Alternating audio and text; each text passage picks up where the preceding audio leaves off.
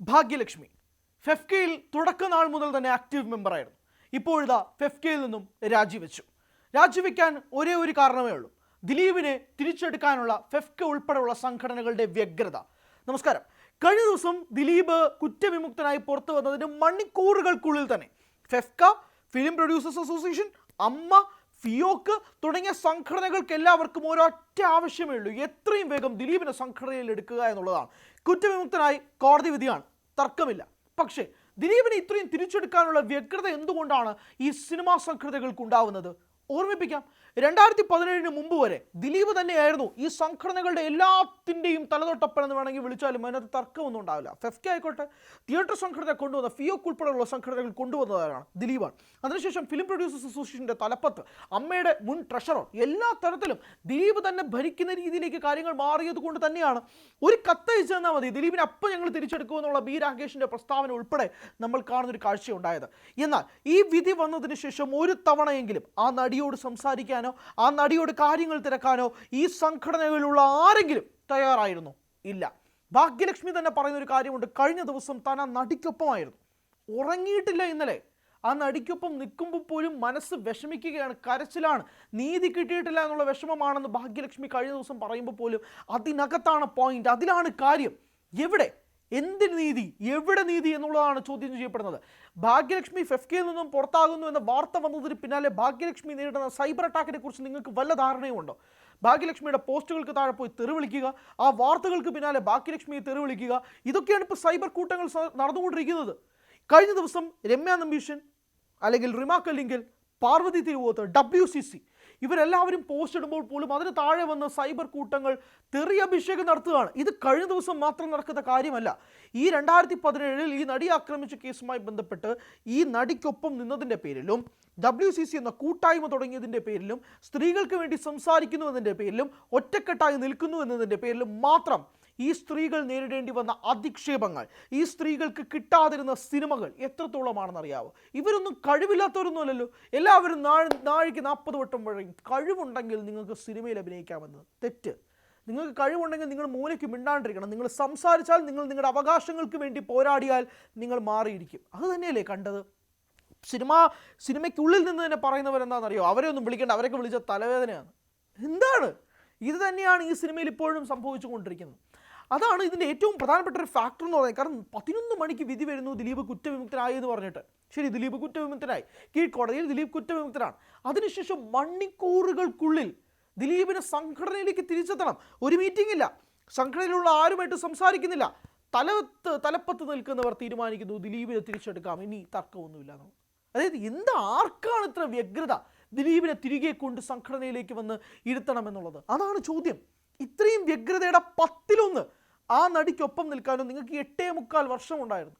ഒരു തവണ ആ നടിയോട് സംസാരിക്കാനോ അല്ലെങ്കിൽ കൂടെ നിൽക്കാനോ, എന്താണ് കാര്യമെന്ന് മനസ്സിലാക്കാനോ, അവർക്ക് വേണ്ട നീതി എന്താണെന്നോ, അല്ലെങ്കിൽ അവരുദ്ദേശിക്കുന്ന ഇതിനെപ്പറ്റി ഒരു തരത്തിലും ധാരണയില്ലാതെ വ്യഗ്രത കാണിക്കാത്തവരാണ് ദിലീപിനെ തിരിച്ചെടുക്കാൻ ഇത്രയധികം പ്രോത്സാഹനം എന്ന് പറയുന്നത്. അതുകൊണ്ടാണ്. മാത്രമല്ല, അടൂർ പ്രകാശിൻ്റെ പ്രസ്താവന ഉൾപ്പെടെ നമ്മൾ കണ്ടതാണ്. ദിലീപിന് നീതി കിട്ടി എന്നുള്ളത് പറഞ്ഞു മലക്കം മറിയുകയും ചെയ്തു കുറച്ച് മണിക്കൂറുകൾക്കുള്ളിൽ തന്നെ. അടൂർ പ്രകാശിൻ്റെ പ്രസ്താവനയ്ക്ക് ഉൾപ്പെടെ ഭാഗ്യലക്ഷ്മി മറുപടി കൊടുക്കുകയാണ് ചെയ്തത്. ഭാഗ്യലക്ഷ്മി കൃത്യമായി അവരുടെ ശബ്ദം ഉയർത്തുന്ന വ്യക്തിയാണ്. സിനിമയ്ക്കുള്ളിൽ നിന്നായിക്കോട്ടെ അല്ലെങ്കിൽ ആയിക്കോട്ടെ, എല്ലാത്തിലും ഭാഗ്യലക്ഷ്മി അവർക്ക് പറയാനുള്ള കാര്യം അവർ തുറന്നു പറയുകയും ചെയ്യും. കൃത്യമായ നിലപാടാണ്. ഞാൻ വീണ്ടും ആവർത്തിക്കുന്നു പ്രേക്ഷകരെ, ഭാഗ്യലക്ഷ്മിയുടെ ഈ നിലപാടിന് കയ്യടി കൊടുക്കേണ്ടതാണ്. കാരണം ഇത് കീഴ്ക്കോടതിയുടെ വിധിയാണ്. ഇതിന് മുകളിലുമുണ്ട് കോടതികൾ, ഇതിന് മുകളിലും ഹൈക്കോടതിയുണ്ട്, സുപ്രീം കോടതിയുണ്ട്. വീണ്ടും ആവർത്തിക്കുന്നു, കാര്യങ്ങൾ വിപരീതമാകും. കാരണം കുറ്റവിമുക്തനായിട്ട് വിട്ടേക്കുന്ന വ്യക്തിയെ വീണ്ടും ഹൈക്കോടതിയിലേക്ക് പോകുമ്പോഴേക്കും കാര്യങ്ങൾ വിപരീതമാണ്, കുറച്ചുകൂടെ പ്രയാസമാണ്. ഇതൊക്കെ തന്നെയാണ് നടക്കാൻ പോകുന്നത്. അതൊക്കെ അംഗീകരിക്കുന്നു, അതൊക്കെ മുന്നിലുള്ള ഘടകങ്ങൾ തന്നെയാണ്. പക്ഷേ പ്രതിഷേധങ്ങൾ അത് അറിയിക്കുന്നതിൽ ഭാഗ്യലക്ഷ്മി ഒരു തരത്തിലും വിട്ടുവീഴ്ച സംഭവിച്ചിട്ടില്ല. ഫെഫ്ക ഉൾപ്പെടെയുള്ള സംഘടന ഒരു മീറ്റിംഗ് പോലും വിളിക്കാതെ, ഒരു തരത്തിലും ചോദ്യം പോലും ചെയ്യാതെ ഇങ്ങനൊരു നിലപാടെടുക്കുമ്പോഴാണ് ഈ ചോദ്യം വരുന്നത്, ഭാഗ്യലക്ഷ്മി പുറത്താവുന്നത്. ഭാഗ്യലക്ഷ്മി ഫെഫ്കയുടെ മുൻനിരയിലുണ്ടായിരുന്ന താരമാണ്. ഡബിംഗ് ആർട്ടിസ്റ്റുകളുടെ സംഘടനയിൽ, ഈ സംഘടനകളെല്ലാം ചെയ്യുന്നതാണല്ലോ ഫെഫ്ക. അതിൽ മുൻപതിയിൽ നിൽക്കുന്ന ആളാണ്, ആക്റ്റീവ് മെമ്പറാണ്. ഭാഗ്യലക്ഷ്മി പുറത്തേക്ക് പോകുമ്പോൾ ഭാഗ്യലക്ഷ്മി പറഞ്ഞൊരു കാര്യമുണ്ട്: ഞാൻ ഇതെങ്കിലും ചെയ്തില്ലെങ്കിൽ ജനങ്ങൾ വിചാരിക്കും ഞാൻ അവളോടൊപ്പം നിൽക്കുന്നത് നാടകമാണ് എന്നുള്ളതാണ്. ഭാഗ്യലക്ഷ്മി അതുകൂടെ പറയുന്നുണ്ട്. അങ്ങനെ ഒരു കാര്യം കൂടി മുന്നോട്ട് വെച്ചുകൊണ്ടാണ് ഭാഗ്യലക്ഷ്മി ഇക്കാര്യം തുറന്നു പറയുകയും ചെയ്യുന്നത്. ഞാൻ പറയുന്നു, ഇത് ഭാഗ്യലക്ഷ്മിയുടെ രാജിയിൽ ഒതുങ്ങില്ല. ഇത് വലിയൊരു രാജിയിലേക്ക് നീങ്ങും. ഇത് കൂട്ടമായ ഒരു രാജിയിലേക്ക് നീങ്ങും. ഭാഗ്യലക്ഷ്മി ഈ പറഞ്ഞതിന് പിന്നാലെ ഒരുപാട് പേർ ഈ ഭാഗ്യലക്ഷ്മിയുടെ രീതിയിൽ തന്നെ മുന്നോട്ട് വരും. ദിലീപ് സംഘടനയിലേക്ക് തിരികെ വരികയാണെങ്കിൽ.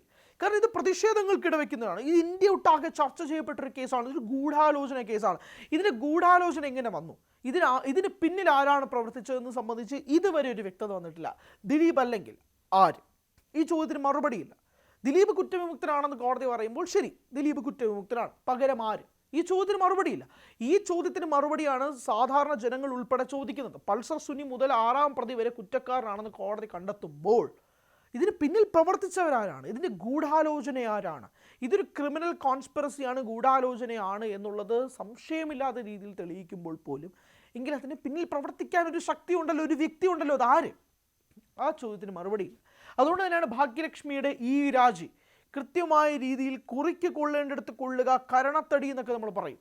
ആ രീതിയിൽ തന്നെയാണ് ഇത് കണക്കാക്കപ്പെടേണ്ടത്. സംഘടനകൾ കൂട്ടമായി നിൽക്കുന്നത് ദിലീപിനെ തിരികെ വിളിക്കാനാണ്, അല്ലാതെ ആ നടിക്കൊപ്പമല്ല എന്നത് വീണ്ടും വീണ്ടും വീണ്ടും വീണ്ടും തെളിയിച്ചുകൊണ്ടിരിക്കുന്നത് തന്നെയാണ്. കഴിഞ്ഞ ദിവസം സംഘടനകളുടെ തലവൻ FEFKA general secretary B Unnikrishnan പറഞ്ഞതായിക്കോട്ടെ, പ്രൊഡ്യൂസേഴ്സ് അസോസിയേഷൻ പ്രസിഡന്റായ രാകേഷ് പറഞ്ഞതായിക്കോട്ടെ, അമ്മ സംഘടനയിൽ നിന്ന് ലക്ഷ്മിപ്രിയ പറഞ്ഞതായിക്കോട്ടെ, ഇവരെല്ലാവരും പറഞ്ഞത് ഒരൊറ്റ കാര്യമാണ്: ദിലീപിനെ തിരികെ എടുക്കാൻ ഇനി കുഴപ്പമില്ല എന്നുള്ളത്. അതിലേക്കാണോ കാര്യങ്ങൾ മാറുന്നത്, അതോ നീതിക്ക് വേണ്ടിയിട്ടാണോ നിൽക്കുന്നത് എന്നുള്ള സംശയങ്ങൾ നിൽക്കുമ്പോഴാണ് ഭാഗ്യലക്ഷ്മിയുടെ ഈ രാജി വരുന്നത്. ആ രാജിയെ പൂർണ്ണമായും കൈയടിച്ചുകൊണ്ട് സ്വീകരിക്കുന്ന ഒരു വലിയ വിഭാഗം സമൂഹമുണ്ട്. ആ സമൂഹത്തിൻ്റെ സപ്പോർട്ട് ഭാഗ്യലക്ഷ്മിക്ക് അന്നുമുണ്ട്, ഇന്നുമുണ്ട്. ആ രീതിയിലേക്ക് കാര്യങ്ങൾ മാറുകയാണ്. മാത്രമല്ല, അതിജീവിതയ്ക്കൊപ്പമാണ് ഭാഗ്യലക്ഷ്മി കഴിഞ്ഞ ദിവസം തൊട്ട് ഉണ്ടായിരുന്നതെന്ന് പറയുന്നു. അതിജീവിതയ്ക്കൊപ്പം നിൽക്കുമ്പോൾ പോലും തനിക്ക് ഉറങ്ങാൻ കഴിയുന്നില്ല എന്ന് ഭാഗ്യലക്ഷ്മി പറയുമ്പോൾ അതിൻ്റെ തീവ്രത മനസ്സിലാക്കണം. അത് എത്രമാത്രം തീവ്രമായ കാര്യമാണ് എന്നുള്ളത് മനസ്സിലാക്കുന്നത് സംഘടനകൾക്ക് എന്ന് ആ ബുദ്ധി ഉദിക്കുമെന്ന് അറിയില്ല. എന്തായാലും ഭാഗ്യലക്ഷ്മിയുടെ ഈ രാജി ഒരൊറ്റ രാജിയിൽ നിൽക്കുമോ?